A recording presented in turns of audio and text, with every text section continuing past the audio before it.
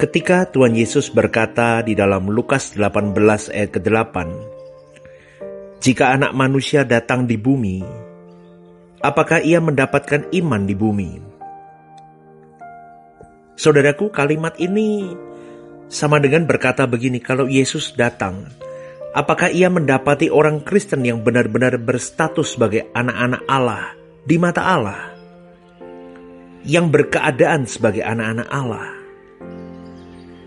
Kalau kita mengerti hal ini, saudaraku, kita tidak berani lagi main-main dengan hidup ini. Karena semua orang Kristen pasti mengaku mereka adalah anak Allah. Tetapi apakah Allah merasa kita itu anak-anaknya atau tidak? Itu yang menjadi persoalannya. Dan itu yang harus kita persoalkan. Karena ini akan menyangkut sikap hidup kita, saudaraku. Sama seperti orang tua, mereka merasa bahwa anaknya memperlakukan dirinya sebagai orang tua. Maka orang tua akan mengakui si anak ini memang anaknya. Tetapi tidak jarang ada anak-anak yang berperilaku tidak pantas. Sampai orang tua itu tidak merasa bahwa mereka itu anaknya. Maka apakah Allah merasa kita ini anak-anaknya? Sudahkah kita persoalkan, saudaraku? Di dunia yang semakin gelap, di tengah-tengah suasana dunia yang jahat, yang fasik, yang tidak takut akan Tuhan, tidak peduli dengan hukum, apakah kita serius berurusan dengan Allah dan memperlakukan Allah dengan benar? Berperilaku sesuai dengan apa yang Allah kehendaki, sampai Allah merasa bahwa kita itu anak-anaknya. Kita ada perjuangan itu enggak, saudaraku?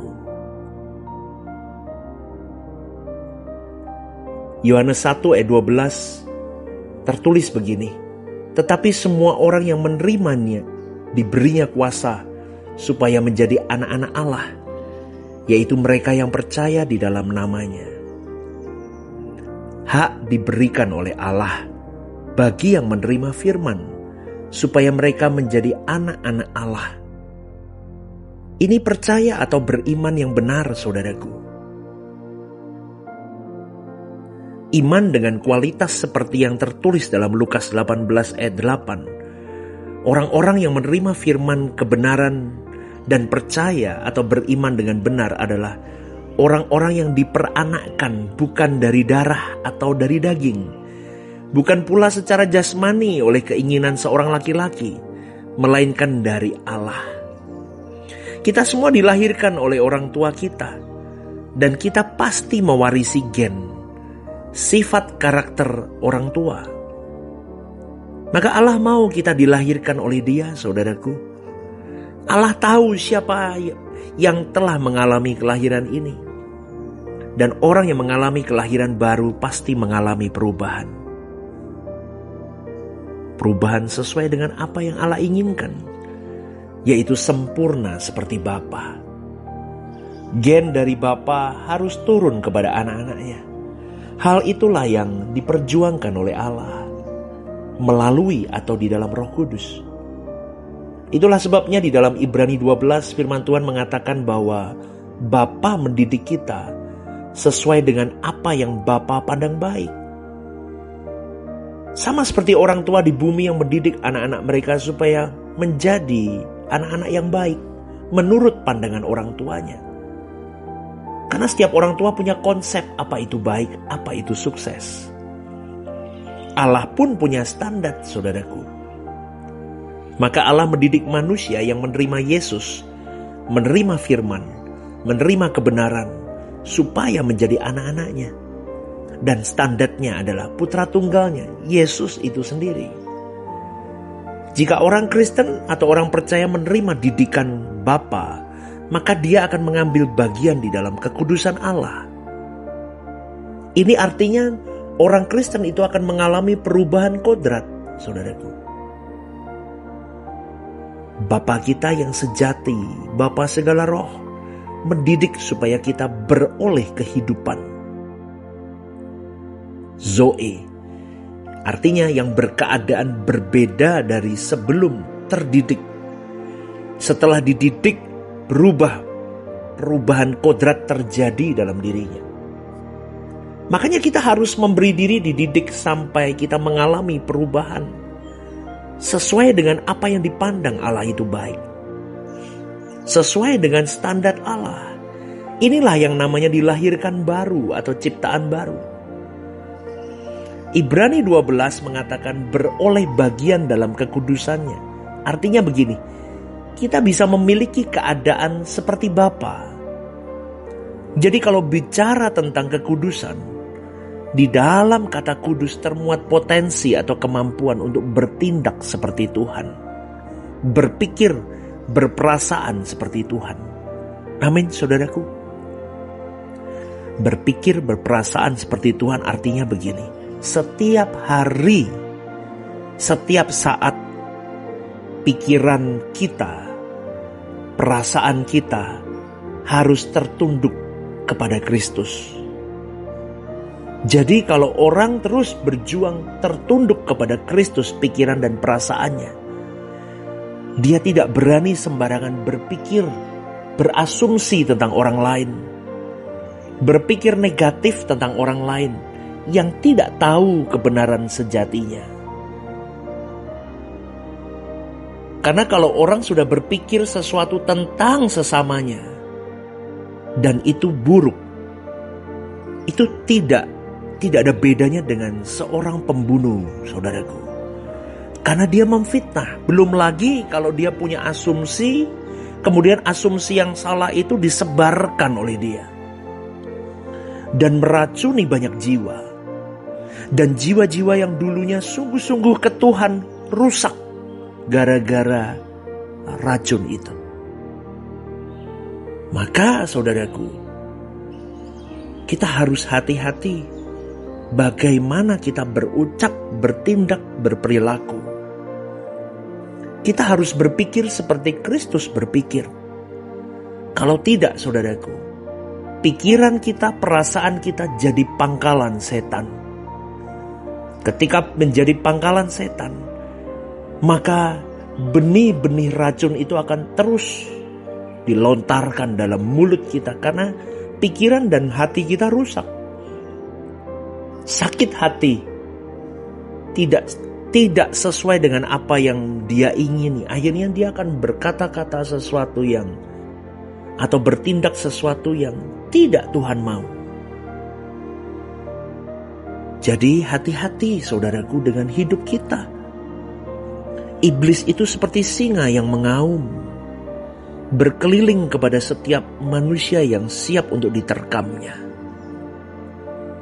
Maka jaga hatimu baik-baik dengan segala kewaspadaan.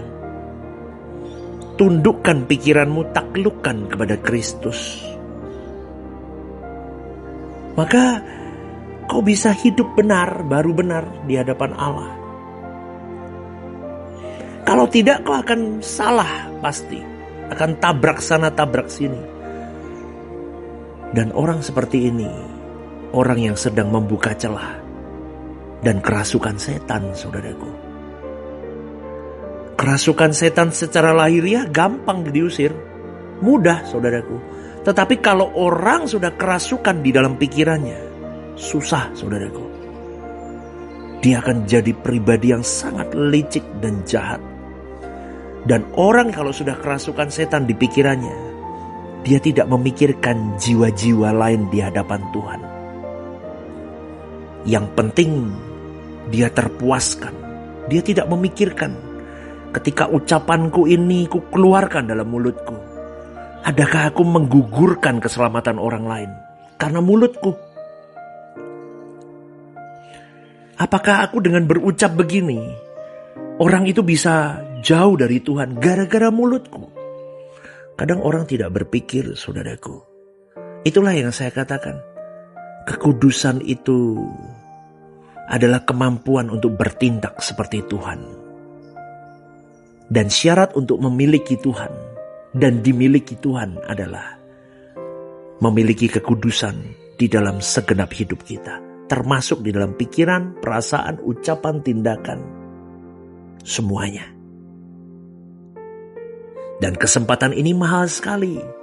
Maka kita harus mengerti bahwa tidak semua orang memiliki anugerah menjadi umat pilihan. Kalau hari ini kita menjadi umat pilihan, ini hak prerogatif Allah. Jadi kalau ada orang yang tidak menjadi Kristen, kita tetap menjadi saksi untuk mereka. Tapi jangan mengkristenkan atau memaksa mereka harus ke gereja. Dia ke gereja untuk apa kalau akhirnya hanya beragama Kristen? Karena kita sendiri pun banyak yang jadi agama Kristen, tapi tidak pengikut Kristus. Buktinya apa?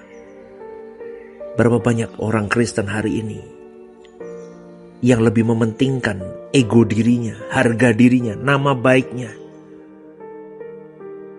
tetapi tidak pernah memikirkan jiwa-jiwa yang Tuhan titipkan dalam dirinya. Beda dengan Yesus. Kalau kita pengikut Kristus hari ini, kalau hari ini kau bermasalah di dalam gereja lokalmu, kau tidak akan sembarangan bertindak, berucap, saudaraku. Karena setiap tindakanmu, setiap ucapanmu, setiap gerak-gerikmu, itu bisa menyangkut keselamatan orang lain. Bukan hanya tentang engkau. Tapi hari ini, banyak orang Kristen don't care. Kalau dia sudah emosi, dia sudah marah, dia bisa luapkan apapun. Dia bisa berkata peduli amat dengan jiwa orang. Apakah Kristus begitu? Tidak, saudaraku. Dia tetap memikirkan jiwa-jiwa. Maka dari itu, pribadi yang menjadi penyembah sejati Tuhan, the true worshiper, umat pilihan yang sejati, dia akan sepikiran, seperasaan, dan bermoral seperti Allah itu sendiri. Kenapa kok bisa begitu? Karena dia berjuang dalam tiap waktu hidupnya 24 jam 7 hari. Dia tetap hidup di dalam pikiran dan perasaan Allah. Meskipun jatuh bangun, tapi lama-kelamaan wajah batinnya menyerupai Allah. Dia disakiti, dia kecewa dengan keadaan, dia dizolimi oleh apapun. Dia tidak membalas kejahatan dengan kejahatan. Karena dia tahu, aku harus jadi saksi untuk banyak orang. Karena aku hidup bukan untuk hidupku sendiri. Amin, saudaraku. Kita harus berjuang. Ini perjuangan kita sampai orang lain di luar sana bisa berkata begini, aku ingin memiliki hidup seperti hidupmu. Kok bisa loh kamu dijahatin orang, kamu masih tetap begitu. Kamu masih bisa memaafkan, kamu bisa memeluk orang itu. Kau memikirkan sungguh-sungguh perasaan Tuhan, kau memikirkan sungguh-sungguh jiwa-jiwa, kau sungguh-sungguh memikirkan perasaan orang lain.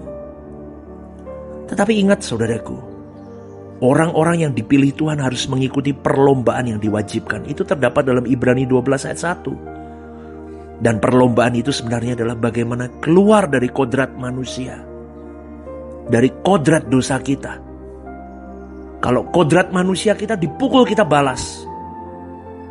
Diomongin di belakang, kita serang balik, kita habisin orang itu. Diinjak, kita gigit orang itu.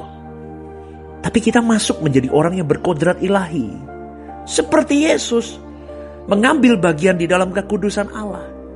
Ketika kau diinjak orang, disalahpahami orang, dizolimi orang, diasumsi negatif orang, kau bisa berkata, aku mendoakanmu dan aku mengampunimu. Jika ada kesempatan suatu hari, kita bisa kembali menjalin hubungan yang baik. Saudaraku, karenanya kalau kita sadar akan hal ini, maka yang lain tidak lagi menjadi hal yang penting. Yang lain menjadi dukungan untuk proses perubahan kita. Baik masalah, baik sesuatu yang menyenangkan, sukacita, duka cita, tekanan apapun, itu sarana, saudaraku. Jadi jangan diombang-ambingkan sukacitamu dengan keadaan di sekitarmu. Amin, saudaraku. Ya, kita sebagai umat pilihan, ada kesempatan, berikan hidupmu yang terbaik. All out untuk Tuhan. Segenap hidup tanpa batas untuk Tuhan. Jadi seperti Kristus. Ketika mengenakan tubuh daging 2000 tahun yang lalu, dia berjuang mengenakan pikiran dan perasaan Bapanya.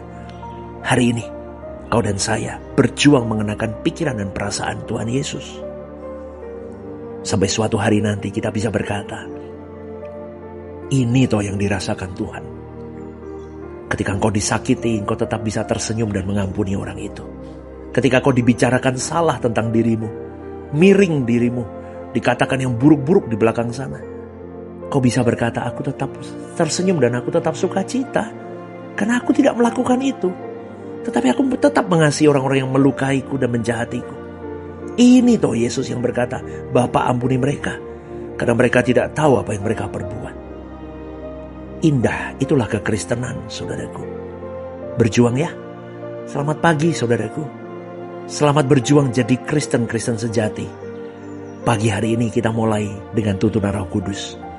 God bless you.